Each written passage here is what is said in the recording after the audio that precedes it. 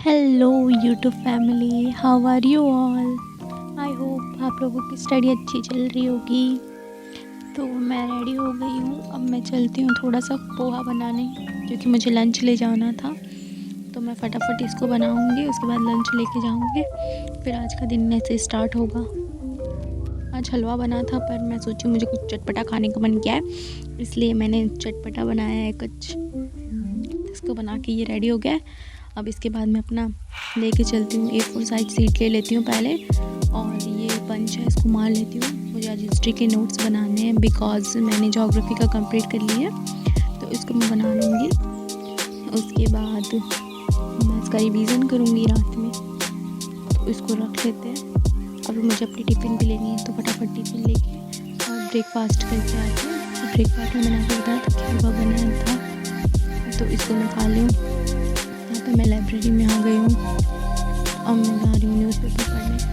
First thought मेरा newspaper का रहता है कि मैं इसे अच्छे से पढ़ती हूँ, अंडरलाइन करती हूँ। जो भी इम्पॉर्टेंट टॉपिक्स होते हैं वो इस तरीके से मैं पहले टिक कर लेती हूँ, उसके बाद रीडिंग करती हूँ, बिकॉज ये हेल्पफुल होता है। फिर बाद में अननेसेसरी कुछ अलग नहीं पढ़ना पड़ता है, फिर कुछ अलग टॉपिक मुझे पढ़ने नहीं पड़ते, जो भी इम्पोर्टेंट होते हैं मुझे पता चल जाता है अंडरलाइन करने से।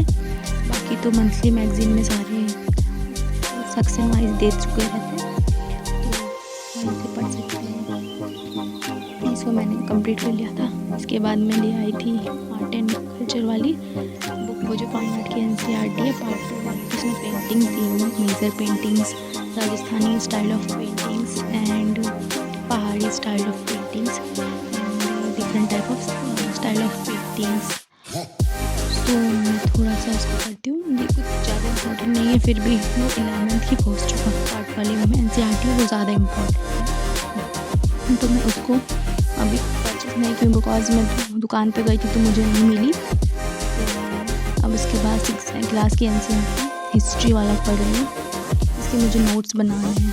तो पहली रीडिंग एक बार हो चुकी थी, दूसरी रीडिंग में मैं कोशिश कर रही हूँ कि कुछ जो भी क्वेश्चंस रहते हैं NCERT के पीछे के, उसको मैं सॉल्व करूँगी। और सबसे पहली रीडिंग इससे करूँगी पेंसिल से, उसके बाद दूसरी रीडिंग में आप हाईलाइट कर सकते हैं इम्पोर्टेंट कीवर्ड, इसमें अच्छे से दिए हुए हैं इंस्क्रिप्शंस और ये सब जो भी थे इम्पॉर्टेंट टॉपिक। तो मैं इसका पीछे NCERT का पीछे मैच द कॉलम था वो कर रही थी, और इसके पीछे का क्वेश्चन आंसर जो दिया गया था उसको अगर आप, मैं सजेस्ट करूँगी आप पढ़ लेंगे तो उसको पीछे वाला कर लेते हैं, तो उससे पता चल जाता है कि कितना रिकॉल हो पा रहा है, कितना आ रहा है, कितना नहीं आ रहा है। तो इससे सारा पता चल जाता है कि कितने फोकस से आपने इसको पढ़ा है। तो मैं यहाँ से लेक्चर ली थी थोड़ा बहुत समझने के लिए। उसके बाद फिर मैंने इसका नोट्स बना लिए थे, नोट्स मैं आपको दिखा देती हूँ। फिर इम्पॉर्टेंट साइज़ तो थी इसमें, तो वो मैं मार्क कर दी हूँ, जैसे कि पैलियोलिथिक साइट्स और मेसोलिथिक्स और नियो पैलियोलिथिक साइट, ये सब जो दो भी थी, तो उसको मैंने अच्छे से लिख दिया, क्योंकि एक क्वेश्चन इसमें से आया था भीमबेटका वाला प्रीलिम्स में UPSC के। तो ये मैपिंग थोड़ा करना चाहिए, मैं मैपिंग दूसरे यहाँ से नहीं कर रही हूँ, ये NCERT में गिवन है, तो मैंने इसको नोट में इंक्लूड करने की कोशिश की है, तो इसको ऐसे कर देती हूँ।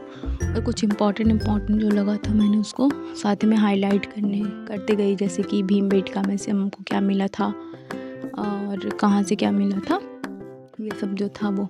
अब मैं इसके सेकंड चैप्टर पे आ गई हूँ, तो सेकंड चैप्टर के नोट्स मैं बनाऊँगी अभी। अब इसको थोड़ा सा रीडिंग करके फिर बनाऊँगी।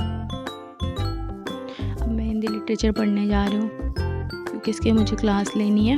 ये नोट्स मैंने 2 चैप्टर के बना चुके थे, ये मैं लेक्चर लेके इसको रख देती हूँ पहले। पैकिंग हो रही है मेरी घर जाने के लिए, मैंने वो नहीं दिखा पाई थी। और ये यहाँ पे घर आई तो मम्मी मक्खन निकाल रही थी, तो यही हम लोग ने पिया।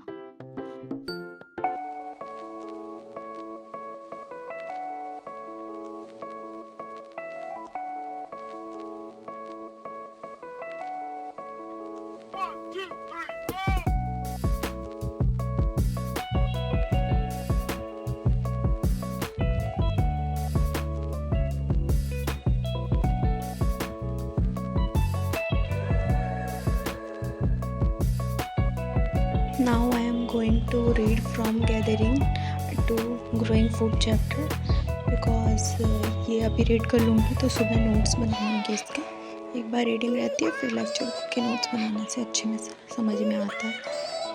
और फिर बाद में किसी यूट्यूब अच्छे लेक्चर से देखेंगे, यूट्यूब से कोई भी अच्छा लेक्चर तो उसमें से ये पता चल जाता है कि मतलब एग्ज़ाम में इससे क्वेश्चन कितने आए हैं। तो मैं इसको कंप्लीट कर लेती हूँ जल्दी से।